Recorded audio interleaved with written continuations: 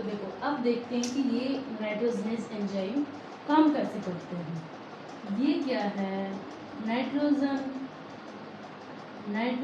और नाइट्रोजन के मध्य आपस में ट्रिपल बॉन्ड होता है। ये होगा यहाँ पर क्रियाधार और ये होगा नाइट्रोजनेज एंजाइम।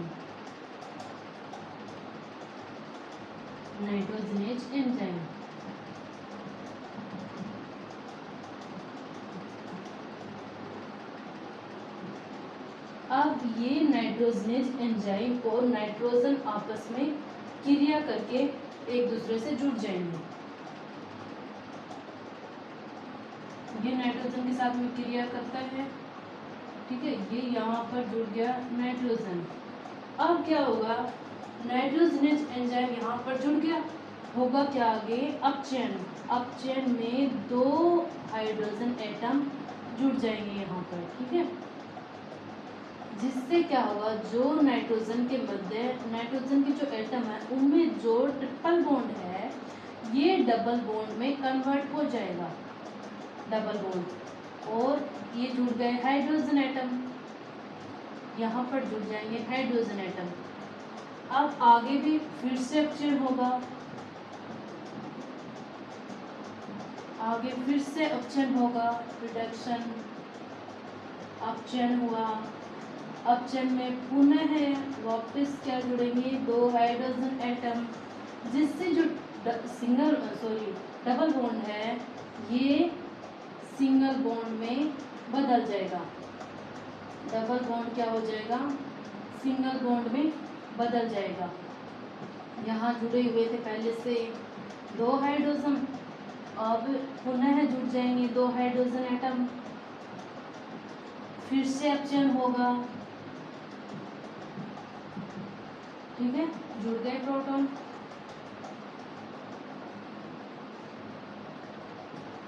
जो ये सिंगल बॉन्ड है अब ये भी नहीं रहेगा और यहाँ जुड़ जाएंगे हाइड्रोजन, जुड़ गए। एक नाइट्रोजन से क्या 3 हाइड्रोजन एटम जुड़ गए और बन गया क्या, अमोनिया। अब इन दोनों के मध्य आपस में कोई बॉन्ड नहीं है तो क्या बन गया, अमोनिया और ये अमोनिया, ठीक है। इसको ऐसे भी दिखा सकते हैं, अमोनिया, ठीक है। इस प्रकार से ये बन गया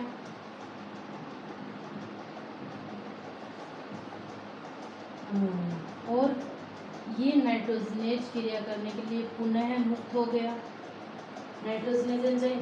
तो हुआ क्या, यहाँ पर जो नाइट्रोजन जो है उससे क्या बना, अमोनिया। तो नाइट्रोजन से उसके यौगिकों में परिवर्तन को ही हमने क्या कहा था, नाइट्रोजन का स्थिरीकरण, फिक्सेशन ऑफ नाइट्रोजन हो गया। नाइट्रोजन का नाइट्रोजनेज एंजाइम की प्रेजेंस में उसके यौगिकों में परिवर्तन ही क्या कहलाएगा, स्थिरीकरण। ये स्थिरीकरण एंजाइम के द्वारा हुआ है, ठीक है, मतलब जीव के द्वारा।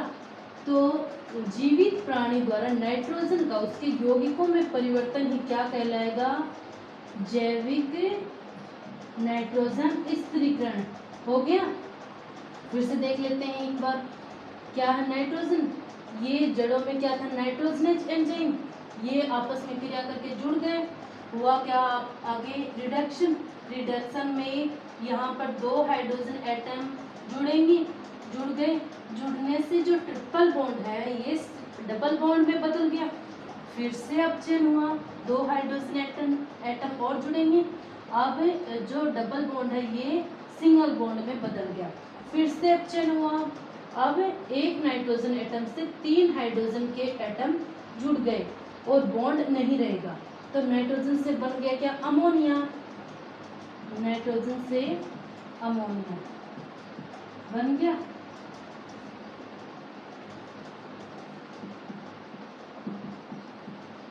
ठीक है। ये क्या बना, यहाँ पर अमोनिया हो गया।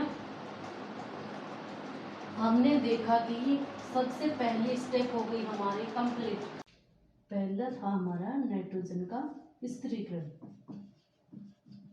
नाइट्रोजन का स्थिरीकरण, फिक्सेशन ऑफ एटमॉस्फेरिक नाइट्रोजन। ठीक है, इसमें हमने पढ़ा 3 प्रकार से नाइट्रोजन का स्थिरीकरण। कौन सा था? प्राकृतिक रूप से। प्राकृतिक रूप से कब था? जब वातावरण में जो बिजली चमकती है उस दौरान नाइट्रोजन के ऑक्साइड बनते हैं, ठीक है, और फिर नाइट्रेट में कन्वर्ट कर दिया जाता है। दूसरा था हमारा औद्योगिक रूप से,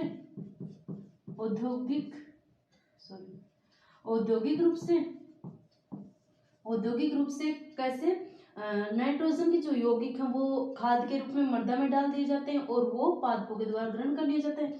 तीसरा था हमारा जैविक रूप से, जैविक रूप से इसमें हमने पढ़ा सहजीवी बैक्टीरिया के रूप में, सहजीवी बैक्टीरिया द्वारा और मुक्त जीवी बैक्टीरियाओं के द्वारा। सहजीवी बैक्टीरिया में हमने पढ़ा राइजोबियम बैक्टीरिया द्वारा, राइजोबियम बैक्टीरिया। ये राइजोबियम बैक्टीरिया जो है लेग्यूम कुल के प्लांट है उनमें ही नाइट्रोजन का स्थिरीकरण करता है।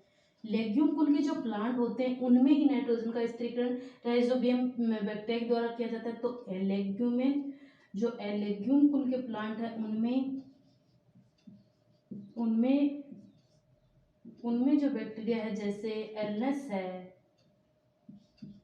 जैसे एलनस एक प्लांट है, लेग्यूम कुल का एक प्लांट है एलनस।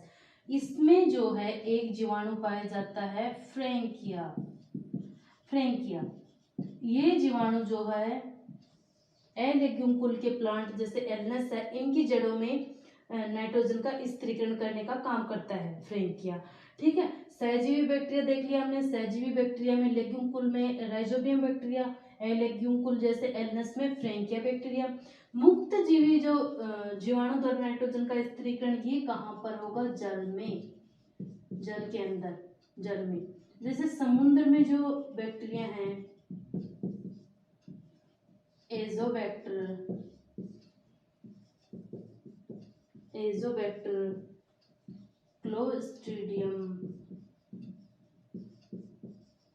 क्लोस्ट्रीडियम और ओसिलेटोरिया,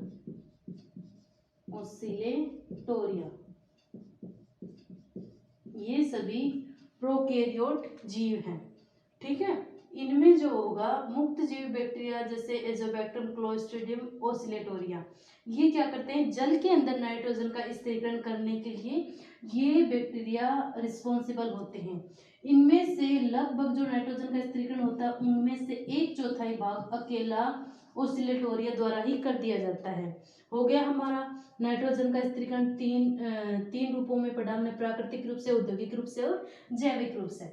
जैविक रूप से हमने देखा सहजीवी बैक्टीरिया द्वारा, सहजीवी बैक्टीरिया लेग्यूम कुल के प्लांट में और लेग्यूम कुल के प्लांट में एलनस जैसे फ्रैंकिया में। ठीक है, एलनस में और फ्रैंकिया जो बैक्टीरिया है उसमें। मुक्त जीवी जो बैक्टीरिया है वो कहाँ पर करेंगे? जल में। जैसे एग्जांपल देख लेते हैं मुक्त जीवी बैक्टीरिया का एजोबैक्टर, क्लोस्ट्रीडियम, ओसिलेटोरिया। इसमें से जो नाइट्रोजन का स्थिरीकरण होगा उसमें से लगभग 1/4 भाग अकेला ओसिलेटोरिया द्वारा ही कर दिया जाता है। अब दूसरा जो हमारा स्टेप होगा वो होगा अवशोषण व स्वांगीकरण, अवशोषण व स्वांगीकरण, अवशोषण व स्वांगीकरण, अब्जॉर्प्शन एंड एसिमिलेशन,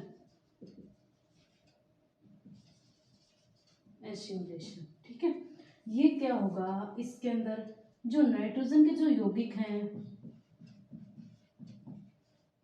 जैसे अमोनिया, नाइट्रेट, ये सब नाइट्रिक एसिड, ये क्या होगा? ये यौगिक मृदा में प्लांट की जो जड़ें हैं, प्लांट की जो जड़ें हैं इनके द्वारा इनको ग्रहण कर लिया जाता है। अब ये जो यौगिक हैं इसमें नाइट्रोजन होगा। ये यौगिक जो है फिर आगे प्रोटीन का निर्माण करेंगे। प्रोटीन किससे मिलकर बनी होती है? अमाइनो एसिड से, ये अमाइनो एसिड किससे बनेंगे? नाइट्रोजन से। ठीक है, नाइट्रोजन से। ये अमाइनो एसिड किससे बनेंगे? नाइट्रोजन से। यौगिक कहाँ पहुंचे? प्लांट की रूट तक। रूट से फिर इसको प्लांट अदर पार्ट में भेज देगा और फिर प्रोटीन का निर्माण होगा। प्रोटीन, ये जो प्रोटीन फिर कहाँ आएगी? जंतुओं तक, एनिमल्स में, जंतुओं तक पहुंच गई।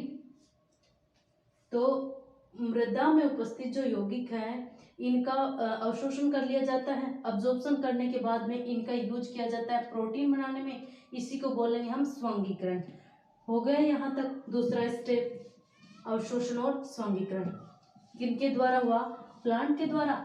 तीसरी जो हमारे स्टेप होगी वो अमोनिफिकेशन।